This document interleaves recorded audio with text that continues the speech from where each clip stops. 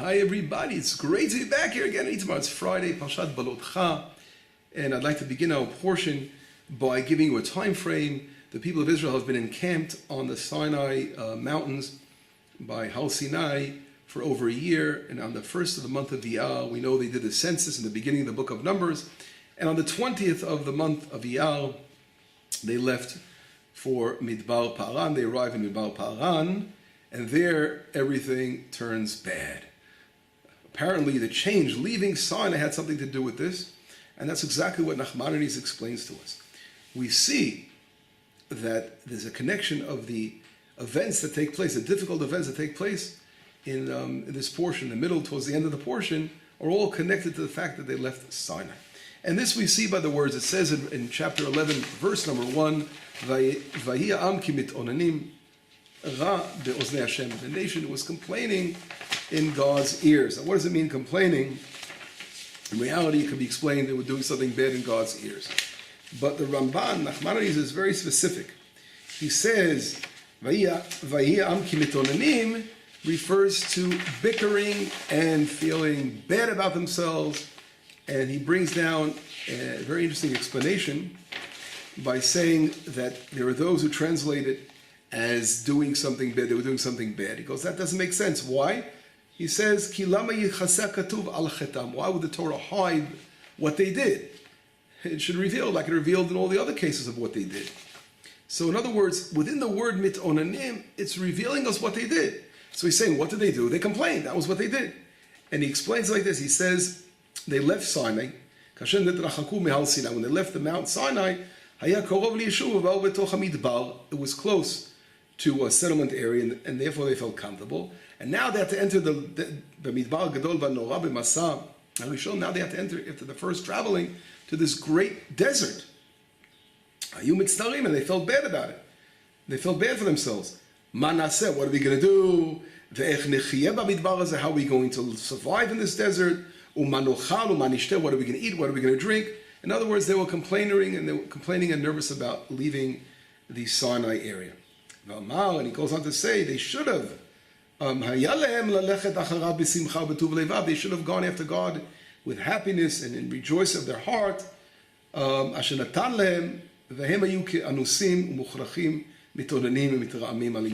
they were complaining. In other words, the Ramban is hinting to the fact they should have gone after God with love and enjoyment and happiness because they were heading to the land of Israel. This was before the sin of the spies. But instead, they were bickering and complaining about leaving the Sinai where things were better for them over there.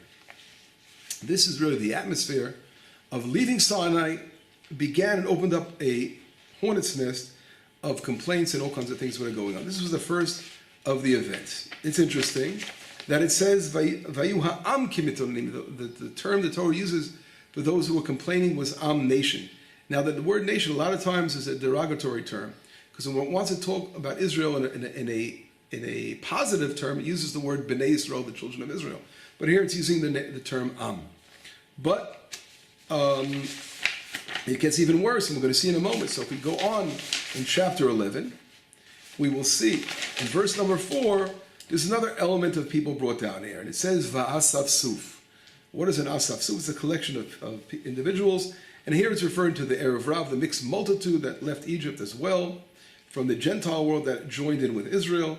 Asher bekirbo, amongst them hitavu tava, and they had a desire. Vayashu vayifku gam b'nei Yisrael. And then it says Israel, the nation of Israel, b'nei Israel, also cried. In other words, this had an effect, the whole atmosphere of leaving Sinai and causing problems amongst the nation. It started to spread until it was reaching even people of Bnei Israel, even those who were on a higher level. And they were complaining, who's going to feed us meat?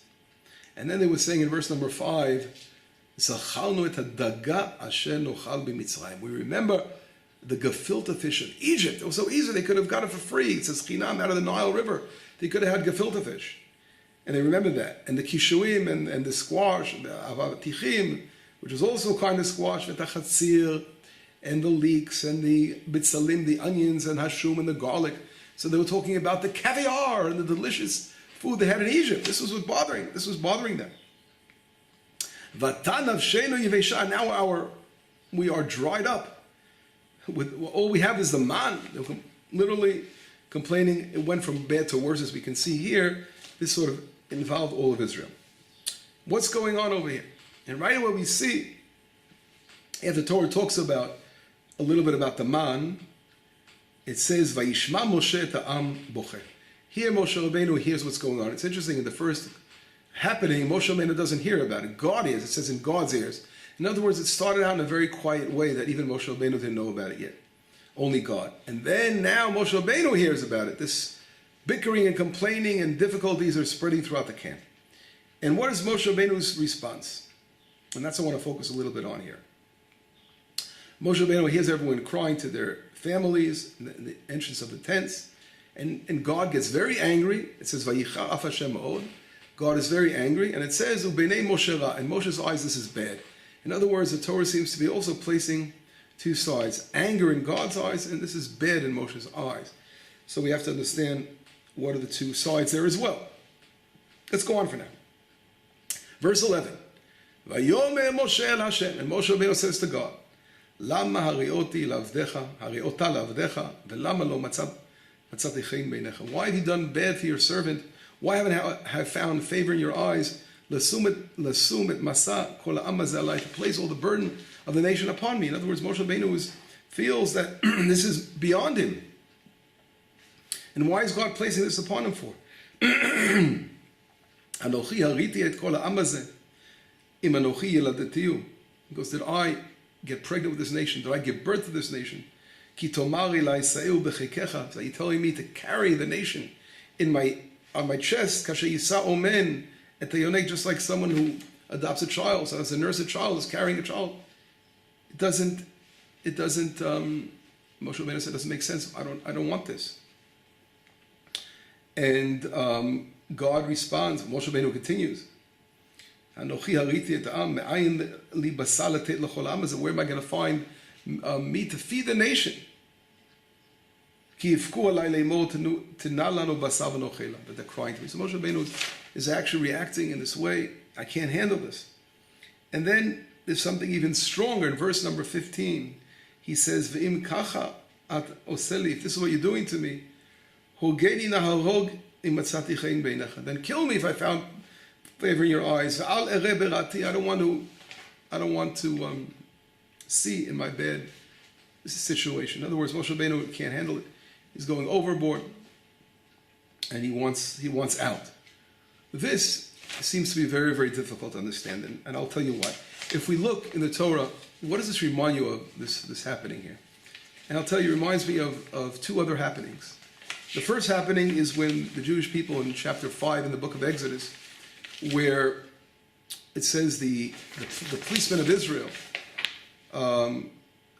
were hearing the cries of Israel because they had to now prepare straw as well as making the same amount of quota of bricks. And Paro wasn't forthcoming at all in that way. And they tried to help Israel, and they were getting beaten for the sake of Israel, as we all know.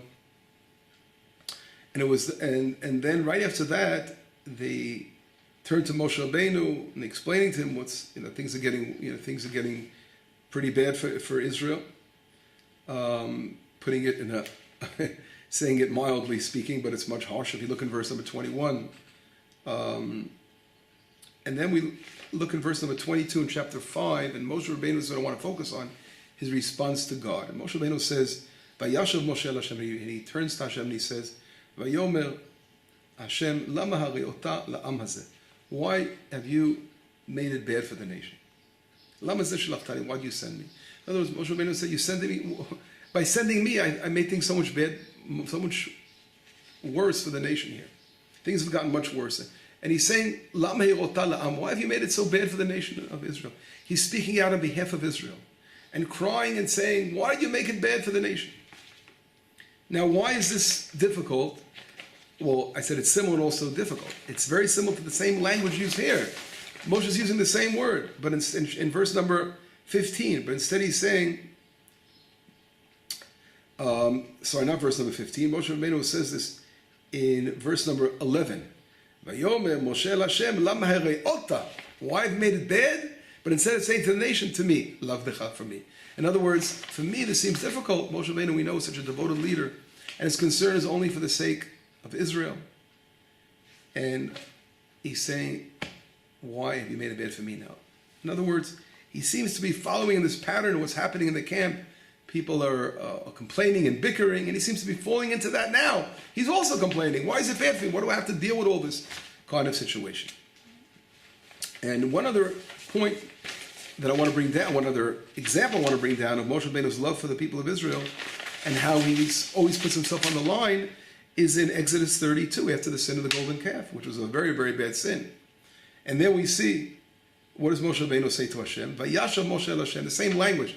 Moshe Rabbeinu returns to Hashem and he says, Ana chata amma zeh chata gadol. The nation indeed sinned a big sin. Vayasu lehem Elohei zahav, and they made the golden calf. The gods, golden gods. Vata im tisach hatatam v'im ayin machinina mesifrecha shekatavta.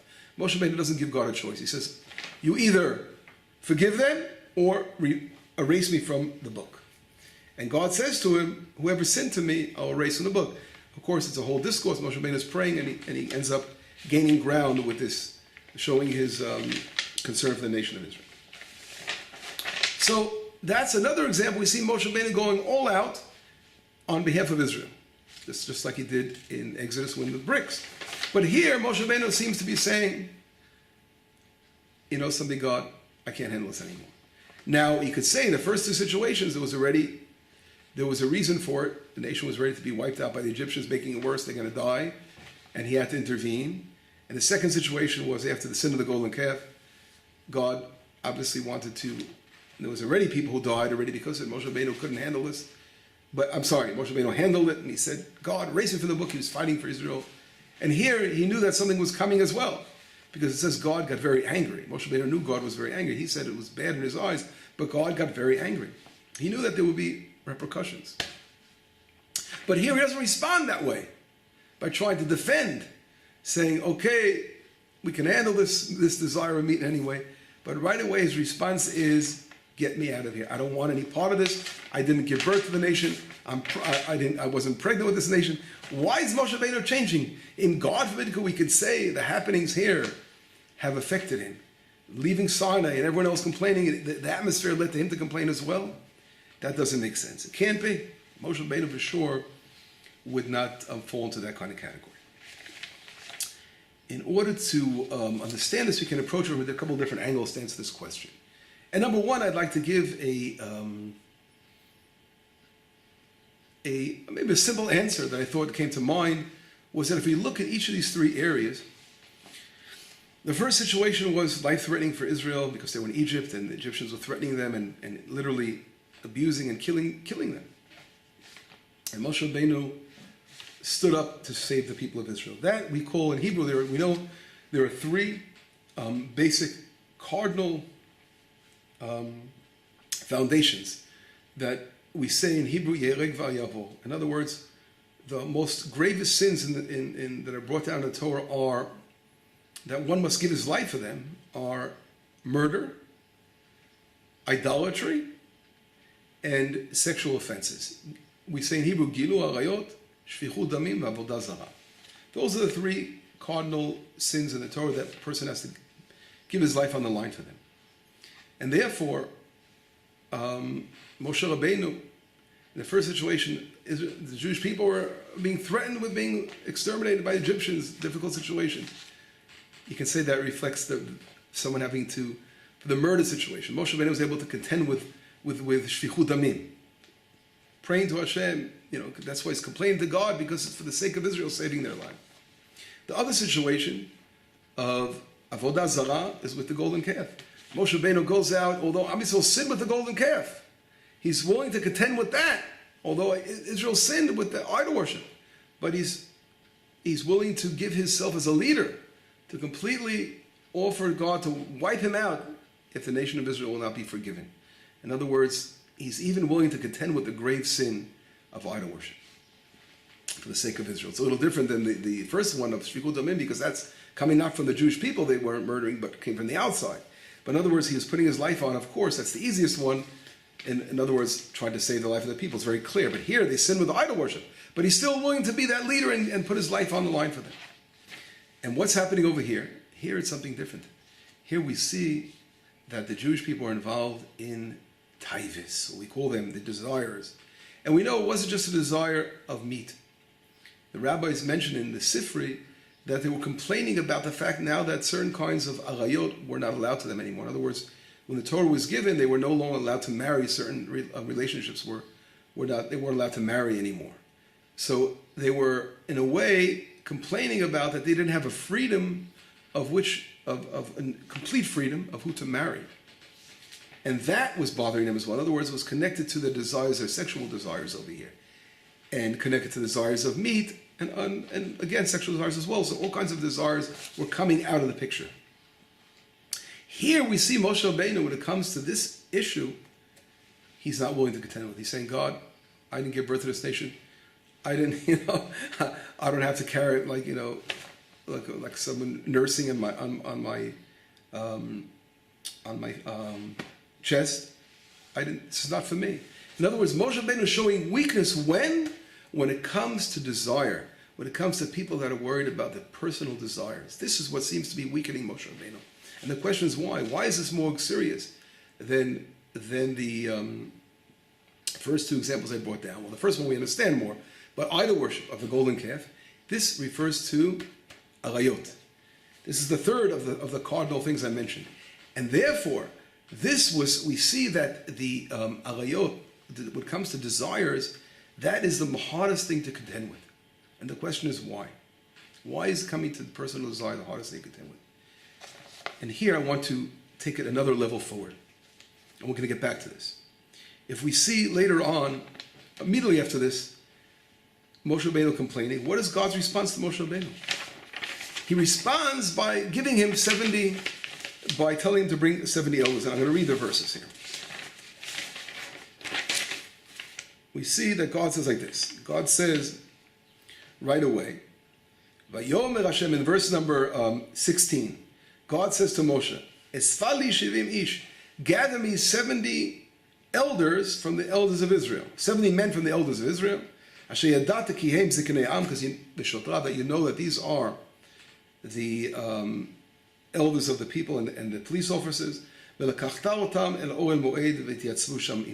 bring them to the Ohel Moed, bring him to the tabernacle. I'm going to come down there, and in other words, God's going to bring his spirit down, and he's going to bring them prophetic. From Moshe Rabbeinu, he's going to give part of the power of Moshe Rabbeinu upon them, and they will be able to cope with Moshe Rabbeinu, dealing with the nation, and you will not have to do it alone. So this is the response. Moshe Rabbeinu is complaining. God's willing to go ahead and do all this. And then he goes on to explain about the meat. But this is what Hashem says to Moshe Rabbeinu. Now, very interesting. I'd like to bring a Rashi down on this. Rashi says on that verse, gather the 70 elders. Rashi says like this. Where were the first elders? Where were they? We look in Exodus 3, verse number 16. God tells Moshe Rabbeinu to gather elders way back in the beginning of the book of Exodus. So there were elders then. So what happened to them? Why does he need new elders for? When did they die? Right, but the Eish Tavera, with the fire of the Tavera, which was right before. In other words, they ended up dying in the Eish of the Tavera. And Rashi says that they were they should have been taken care of on Sinai. Remember the word Sinai. Why?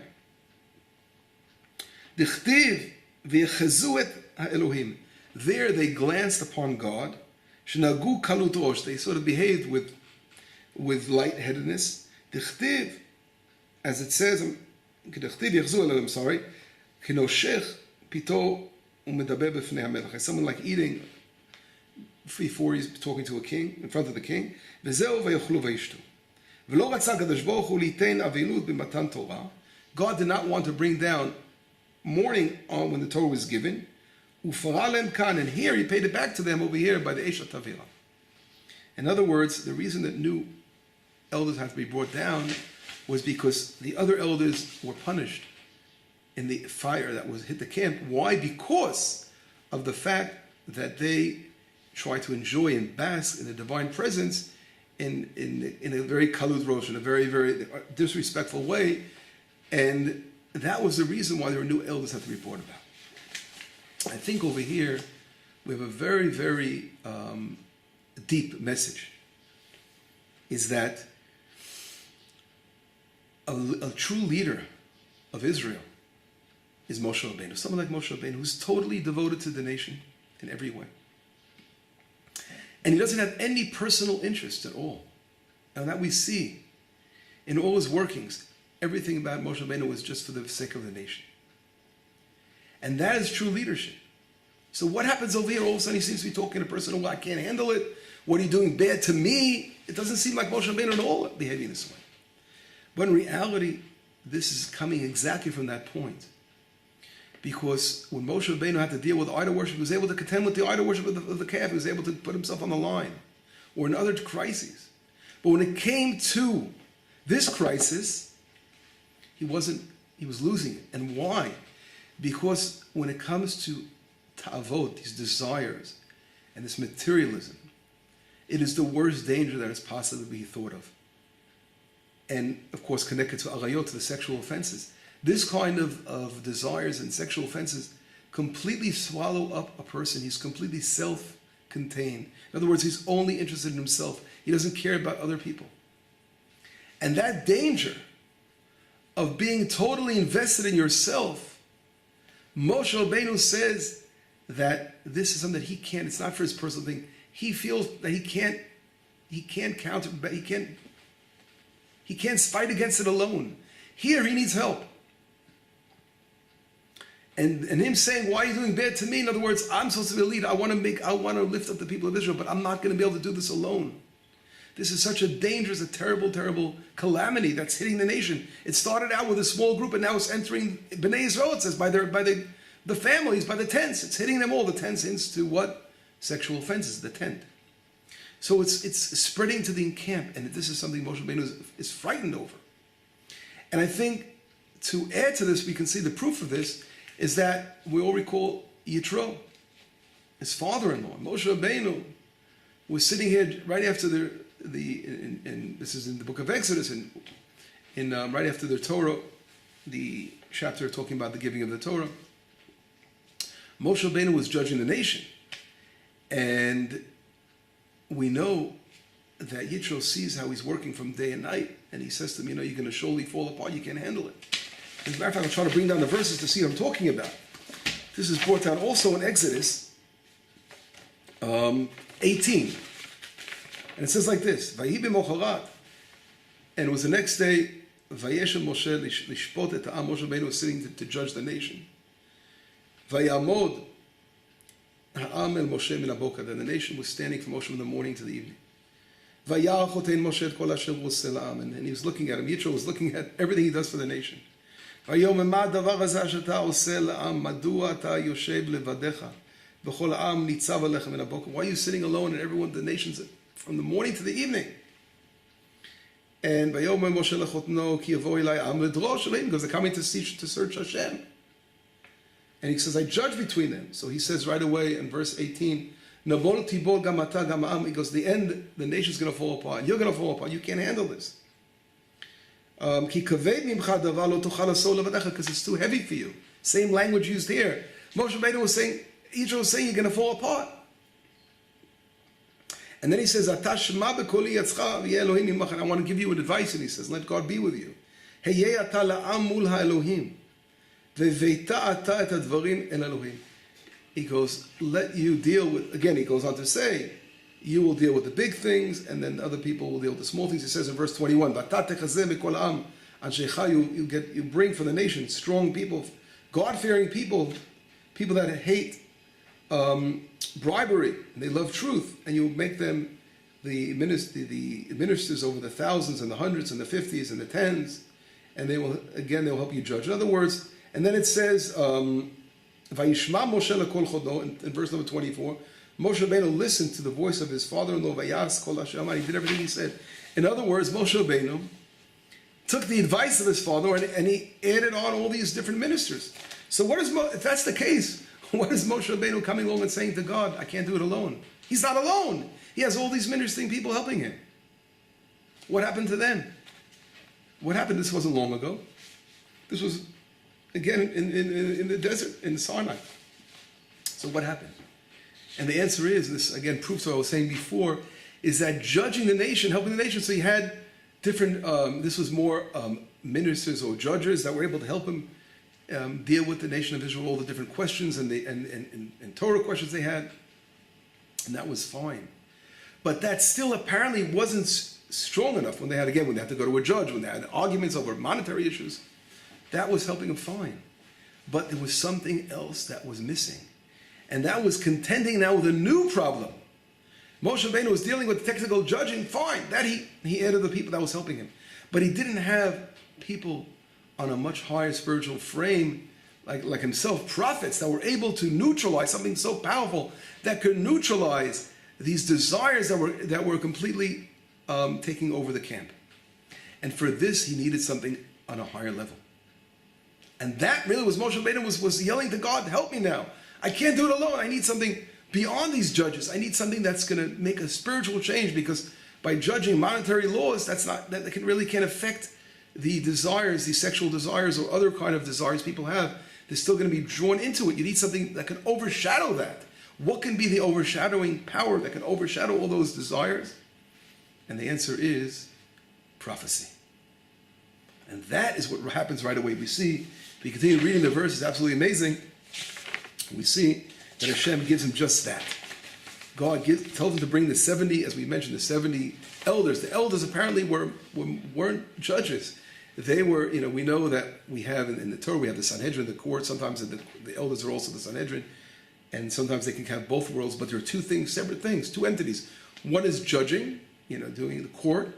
And then they have the prophecy is a whole nother, one of the pillars that Torah stands on, that the world stands upon. We have the Torah, the study of Torah. We have prophecy, right? We have our court system, and then we have the army. It's another tremendous power of the nation. And these different pillars are what Israel stands upon. In order for all of Israel to be healthy, we also have the kingship. The army referring us to the kingship of leadership. You need an army force. You need a leadership to run the country, and those aspects require. In order to lead, you need an army and a police force, all those things. So these are pillars. And here, Moshe Rabbeinu felt that we had now the Sanhedrin. We had the court of Sanhedrin. But we were lacking the pillar of prophecy. It wasn't strong enough. Although he was a great prophet, there was no one greater and ever will be like Moshe Rabbeinu. But we needed more prophets to be out there on the line in order to make a change. And to counterbalance this desire, this cancer of desires that was taking over the camp. And if you look, it's amazing. And we see right away when God says, gather the 70 elders, then they begin to prophesy. And we see right away Moshe Rabbeinu wasn't ever a personal request for his own personal self, because we see how Joshua tries to stop Eldad and Medad, these two prophets, from prophesying. Like they continue to prophesy, and Moshe Rabbeinu says, let it be that everyone should prophesy. He's looking, when prophecy gets stronger and stronger, and people are on that level of prophecy, will rectify all these desires and all these earthly weaknesses that have to be rectified. And there's nothing greater than prophecy than doing that. And that's what Moshe Rabbeinu is so telling Joshua, what do you want us? Don't feel bad for my honor. The opposite, I want everyone to prophesy. This is what I want. This is really what I want to happen. And I think, in reality, we also can look at the next turn of events to connect to this thing. And that's what happens with Moshe Rabbeinu, another very painful thing. In chapter 12, what happens? ותדבר מרים ואהרון במשה על אודות האישה הכושית אשר לקח, כי אישה כושית לקח. In chapter 12, Miriam and Aaron are talking about Moshe Rabbeinu because he took this Cushite woman. What's going on over here? How is this connected to this whole situation before him? And the next verse, they say, sort of reveals what's going on. ויאמרו הרק אך במשה דיבר השם, הלא גם בנו דיבר וישמע השם. He goes, was it only God spoke to Moshe Rabbeinu, but God spoke to us as well. We're also prophets. We see there's some kind of tension over prophecy and understanding Moshe Rabbeinu's level of prophecy. In reality, the rabbis, and this is another lesson in itself, which we don't have time to go into now, but who's this Cushite woman they're talking about? And there are different explanations on it. But the majority of commentaries will explain this as being Moshe's wife, Tzipporah, his first wife and only wife. There are other opinions that it may be a Cushite woman he took from other places, but I'm not going to go in that direction now. I want to go in the direction that the simple understanding this is Tzipporah. Why was she called a Cushite? She was from Midian. And the answer is because it called her a Cushite, saying that she was so unique, that stands out in her beauty. There are other explanations. And what happened was Moshe Rabbeinu, after this prophecy, the prophetic thing that took place, and 70 other people are prophesying and everything like that, Elda Lemed, and prophecy is going on, Tzipporah revealed that Moshe Rabbeinu had separated himself from her because, and then she therefore expressed her concern that these other prophets are now going to have their wives separate from them, because when a person is prophesying, they have to separate. Just like on Sinai, we separated from our wives for a few days when we received that prophetical experience. So she was concerned, and then then Miriam and Aaron started talking about how could Moshe Rabbeinu, that was really what Miriam was saying, on the behalf of the Cushite woman, how could Moshe leave his wife? And this whole thing came about. In other words, it was centered on something that they didn't understand who Moshe Rabbeinu was. Moshe Rabbeinu, which is in one way, a very painful thing, separating from his wife constantly because he was constantly connecting with Hashem, that's another lesson to try to understand. But it reveals the fact that any kind of an earthly connection, Moshe Rabbeinu was a human being. In Judaism, even our greatest prophet Moshe Rabbeinu, he's a human being, nothing more than a human being, but a very high level human being. But he was the highest thing to separate from the earthly desires and connection, and therefore, since he was constantly on call with Hashem, he had to separate himself from his wife. And that was, again, is what the Talmud says, and most commentators explain it that way. When he's not in a prophetic, any prophet, as we said before, when he's in a prophetic happening, he has to separate. And therefore, during that time, and then he goes back to his wife when he finishes prophesying. So, but Moshe was on a different realm, and therefore, we see how the entire concept of prophecy is related to being in the tent, connected to that, overcoming those desires. And that's, as human beings, we have to combine, the beauty of Judaism is combining both worlds. We have families, we have children, right? We teach that, and our highest rabbis marry and have children. It's not like the world, there are non-Jewish leaders that believe that they have to never marry, like nuns and priests, whatever, that they don't marry because they're serving God. But in Judaism, we only say this was only Moshe Rabbeinu was on that special level, not for his whole life. He had children, only for part of his life when he reached that very, very high level. But that shows us that prophecy is connected directly with our earthly desires, and in order to connect to prophecy, we have to break them away. And that's the way to counter all the terrible happenings that was reaching out the nation over the desires for meat and their sexual desires. It's not, again, saying that turn the nation of Israel into nuns and as we say, Nazarites. But the point is to give the proper balance that was needed for the nation. Moshe Rabbeinu wasn't coming along and saying, "Oh, you, God forbid, leave your families, don't have children." It will destroy, of course, the nation. But he was saying, in order to counterbalance the desire, this desire attack, we have to have more prophecy. And that's why his request was, "I need help over here." This, I think, connects so powerfully to modern times. Today, we're in a time in a world where we're losing our ability of judgment. And we can look about it on the media and on all of what we're surrounded with. The modern world, it's great to advance ourselves in many technological advancements, etc. But what we can never get used to is completely giving in to our physical desires, our personal needs all the time, and it's just it's amazing how the world is swallowed up in this materialism, hedonistic lifestyle today, the Western culture. And this is completely, we have to fight. This is what Moshe Rabbeinu was complaining about. If we want to connect to Hashem in the spiritual realm and connect to God and to be true, holy observers of Hashem, we have to limit our worldly desires in this world. Limit them, sanctify them through the way the Torah tells us how to sanctify these things, and not be caught up constantly with make more and more money and more this and more that. It's always all about me and what I can do. It's the ego is taking over. And this is setting the stage for what we need now in our time is prophecy, to the rebirth of prophecy, to come back to counterbalance. We're dealing as parents, we're coping with, as parents, as educators, and we see the world, how many things are going on over here. How many issues, even in the most holy of communities, there is constant contending with constant issues in that realm of desire. And that's because human beings are human beings. There's nothing wrong with it. But God places us in a world in order to be able to overcome these challenges. And that's today so much surrounding the world, the Western culture. And that can only be rectified through spiritual growth and leading to, of course, the return of prophecy, which will counterbalance all this. Look at the social media, what's happening. Look at what's running on the internet. There is so much out there, so much good out there on one hand, but there's also so much bad things out there. And we have to spread the love of Hashem, the light of God, the beauty of Torah, and the beauty of prophecy, which can counterbalance all. This is what Moshe Rabbeinu was yelling about. Hashem, I can't do it alone.